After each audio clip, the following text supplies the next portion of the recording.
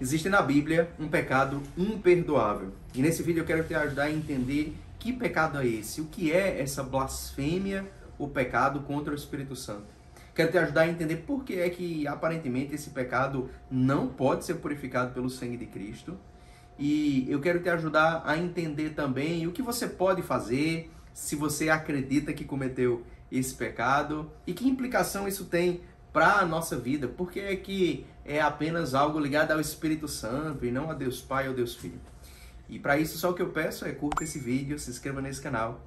Fazendo isso, você vai me ajudar a alcançar mais pessoas. Então vamos falar sobre esse pecado. Eu quero te ajudar a entender agora esse pecado. Primeiro eu vou te explicar logo o que ele é e em seguida como a gente deve aplicar e entender isso na nossa vida. Então, vê só o que Cristo diz em Mateus 12, 31 a 32. Por isso vos declaro, todo pecado e blasfêmia serão perdoados aos homens, mas a blasfêmia contra o Espírito não será perdoada. Se alguém proferir alguma palavra contra o Filho do Homem, ser-lhe-á isso perdoado. Mas se alguém falar contra o Espírito Santo, não lhe será isso perdoado, nem neste mundo, nem no porvir. Então vamos entender aqui um pouquinho do contexto, o que estava acontecendo. Cristo estava pregando o Evangelho, muitas pessoas estavam se convertendo, Cristo estava realizando milagres, exorcizando pessoas com o poder do Espírito Santo, mas aí alguns doutores da lei, fariseus, começam a ficar incomodados com essa conversão de algumas pessoas, e aí eles vão reclamar e eles vão difamar aquilo que Cristo estava fazendo. E aí essa difamação envolvia eles dizerem que os exorcismos que Cristo fazia, as pessoas que Cristo libertava, aquilo que Cristo estava realizando, era no poder de Beelzebul. Em outras palavras, eles estavam dizendo que Cristo estava expulsando demônios no poder dos demônios. Então, blasfemar contra o Espírito Santo, nesse contexto, fica fácil entender. Eles estavam falando contra Cristo, falando contra aquilo que Cristo estava realizando. Então, blasfemar contra o Espírito Santo é aquilo que a própria expressão indica nesse texto que nós lemos de Mateus 12, 31 a 32. Falar contra o Espírito Santo. Versículo 32. Então, qual é o pecado que é imperdoável? Falar contra o Espírito Santo. Blasfemar é insultar algo que é sagrado, especialmente, claro, Deus, mas também aquilo que pertence a Deus. É um sacrilégio de palavras. E na Bíblia existem blasfêmias contra outras coisas além de Deus. Existem blasfêmias contra lugares, contra pessoas, contra coisas, mas sempre quando essas pessoas, lugares, coisas pertencem a Deus, estão ligados a Deus de alguma maneira e por isso são sagrados. Então, nesse processo, se alguém falou contra o Espírito Santo, blasfemou contra o Espírito Santo.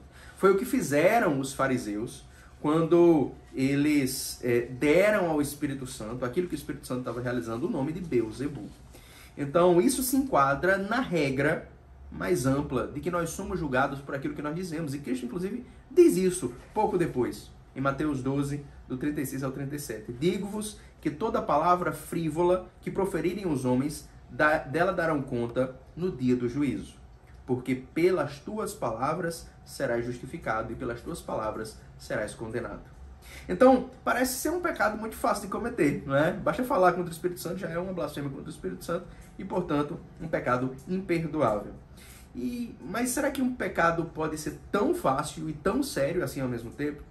Então, quando a gente olha pessoas que são contra o cristianismo, críticos do cristianismo, eles em algum momento vão blasfemar contra o Espírito Santo, vão falar contra aquilo que o Espírito Santo realiza ou está realizando. Então, é muito fácil entender que qualquer crítico do cristianismo vai ser alguém que blasfema contra o Espírito Santo em algum momento. E algumas dessas pessoas se convertem ao cristianismo depois. Então, como é que a gente deve entender isso? Será que o sangue de Cristo é suficiente para purificar essas pessoas? Então, como a Bíblia ensina em 1 João capítulo 1, o sangue de Cristo é suficiente para purificar todos os nossos pecados, se nós confessarmos e andarmos na luz, deixando o pecado. Ou seja, o sangue de Cristo é sim suficiente, mas ele é suficiente para aqueles que confessam seus pecados e andam na luz. Ali em Mateus 12, quando Cristo está naquele contexto sobre o pecado ou a blasfêmia contra o Espírito Santo, Cristo não fala de pecados confessados. Cristo não diz os pecados que nós confessarmos, o que se referindo a nós, né? Os pecados que vocês confessarem serão perdoados. Ele diz que todos os pecados que os homens cometerem serão perdoados. E, portanto, ele não está falando do pecado ser confessado ou não. Ele não está entrando nessa dinâmica de se arrependeu ou não se arrependeu, confessou ou não confessou. Ele está falando do pecado cometido, ponto. pecados dos quais nós ainda não nos arrependemos. Então, Paulo jamais poderia ter sido convertido, porque enquanto ele era perseguidor dos cristãos, ele blasfemou muitas vezes contra o cristianismo. Mas Cristo se refere aqui a pecados cometidos. Com exceção da blasfêmia contra o Espírito Santo, todo tipo de pecado cometido pode ser perdoado ou desculpado. Inclusive, uma tradução americana verte assim como desculpado. Todo pecado, toda blasfêmia, tudo que os homens disserem será desculpado, menos aquilo que é feito contra o Espírito Santo. Então, eu não digo aqui, claro, que literalmente todo pecado será perdoado, embora Cristo use palavras muito fortes, talvez até hiperbólicas. Em Lucas 12:10 ele diz: todo aquele que proferir uma palavra contra o Filho do Homem, isso lhe será perdoado. Veja, Cristo está usando aqui um hipérbole, ele não está dizendo que literalmente todas as pessoas serão perdoadas de tudo e ninguém jamais vai deixar de receber perdão. O que ele está dizendo aqui é sobre um perdão que se refere a coisas que são desculpáveis. E aí ele usa uma linguagem exagerada, mas você vai entender por que é que Cristo está exagerando aqui e por que existe uma importância nisso que Cristo está exagerando. Então, a condenação extrema do pecado, da blasfêmia contra o Espírito Santo, envolve a maneira como nós medimos a gravidade dos nossos pecados. Na Bíblia, uma das maneiras pelas quais nós identificamos que um pecado é mais grave do que outro é pela seriedade do quanto a nossa consciência, o nosso conhecimento estão envolvidos ali. Então, quando nós pecamos com ignorância, o pecado ele tem uma punição inferior, tem um castigo inferior. Mas quando nós somos conscientes, quando nós entendemos que estamos fazendo mal, e mesmo assim fazemos, existe uma condenação muito mais severa, muito mais séria. Então, a condenação pelos pecados que nós cometemos envolve, dentre outros fatores, essa proporcionalidade, a clareza que nós temos a respeito da verdade e a respeito daquele pecado. Quando o Espírito Santo se mostra presente através de um sinal, de um milagre, que é aquilo que estava acontecendo ali com Cristo, é impossível alegar ignorância. Uma pessoa pode ser ignorante quando ouve palavras, mas quando ela vê um milagre, um sinal, se torna para ela impossível de alegar ignorância. Então, é um pecado. Essa blasfêmia contra o Espírito Santo é um pecado consciente, contra uma situação em que se percebeu a ação do Espírito Santo. E mesmo vendo, mesmo contemplando o milagre, ainda assim as pessoas rejeitaram aquilo que estava diante dos seus olhos. Então é um pecado maximamente consciente contra Deus, no momento exato em que Deus nos dá um presente, uma manifestação da sua presença, um sinal da sua presença, e nós o rejeitamos publicamente. Então, nós acabamos contaminando outras pessoas, que era o que os fariseus estavam falando ali. Cristo estava pregando o evangelho, usando os milagres nessa pregação do evangelho, mas os fariseus vêm contaminar outras pessoas ali com um anti-evangelho, dizendo que aquilo que Cristo estava fazendo era de Beelzebul. Então é uma ofensa imensa. E não adianta dizer que os fariseus ali não sabiam que ali quem estava agindo era o Espírito Santo. A ignorância deles não é desculpável. Então, basicamente, esse ensino sobre a blasfêmia contra o Espírito Santo é um ensino sobre como certos pecados podem ser desculpados por conta da ignorância, mas não quando eles envolvem uma manifestação da presença de Deus, um sinal da presença de Deus. E, portanto, não é desculpável um anti-evangelho que negue a ação do Espírito Santo. Quando Cristo disse tais palavras, ele não estava diante de pessoas que conheciam o dogma da Trindade. Pessoas que entendiam, Deus é um só, em três pessoas e parará. Cristo não estava diante de pessoas que sabiam disso. Então, quando ele usa expressões como Filho do Homem e Espírito Santo, ele está entendendo e está usando essas palavras no sentido que elas eram correntes naquela época. Então, quando ele diz Filho do Homem e Espírito Santo, ele não se refere necessariamente à segunda e à terceira pessoa da Trindade. Que se Cristo tivesse falado das pessoas da Trindade ali naquele momento, o texto estaria desalinhado ao contexto. Porque no contexto, as pessoas estavam falando contra a segunda pessoa da Trindade também. Então, haveria um desalinhamento ali. Porque os fariseus estavam falando das duas, né? Cristo estava ali presente como a segunda pessoa da Trindade, mas os fariseus estavam falando contra as duas, estavam diretamente atacando mais a Cristo do que ao Espírito Santo.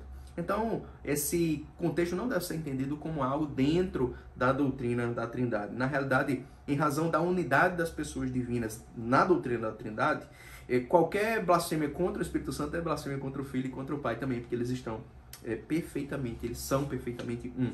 Então não é uma questão de dizer que a blasfêmia é tratada diferente quando se dirige a uma pessoa ou outra. Naquele momento, o que parece é que Cristo usa as expressões como Filho do Homem e Espírito Santo no sentido corrente que elas tinham naquela época. E qual é esse sentido? O sentido corrente é Filho do Homem significa ser humano. E o Espírito Santo é a presença do poder divino. Então o que Cristo basicamente está dizendo é, se você ouve o Evangelho e nessa audição do Evangelho você rejeita, mas rejeita apenas enquanto palavra humana, enquanto aquilo que alguém disse, isso é desculpável. Essa rejeição é desculpável, mas se você testemunhou um milagre, se você viu a presença de Deus, se Deus se manifestou a você através do poder divino e mesmo assim você o rejeitou, aí esse pecado é imperdoável, indesculpável.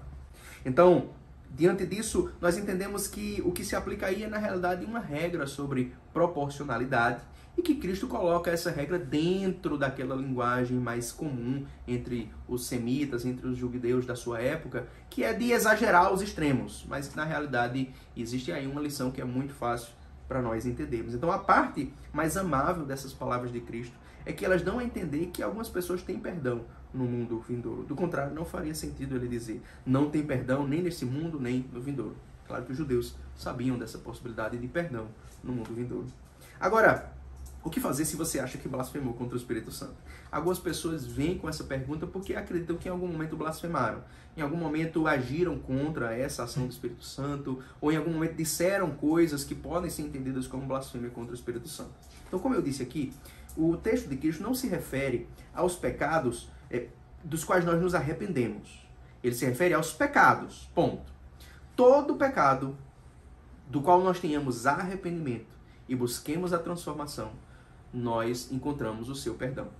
É perfeitamente possível que as pessoas tenham uma vida de pecado tão profunda que elas se afastem de Deus de uma maneira radical e por isso elas não encontrem mais o caminho de volta. Por isso é muito séria a nossa vida espiritual. No entanto, nós devemos afirmar sim que não existe pecado que não possa ser coberto e curado, purificado pela graça de Cristo.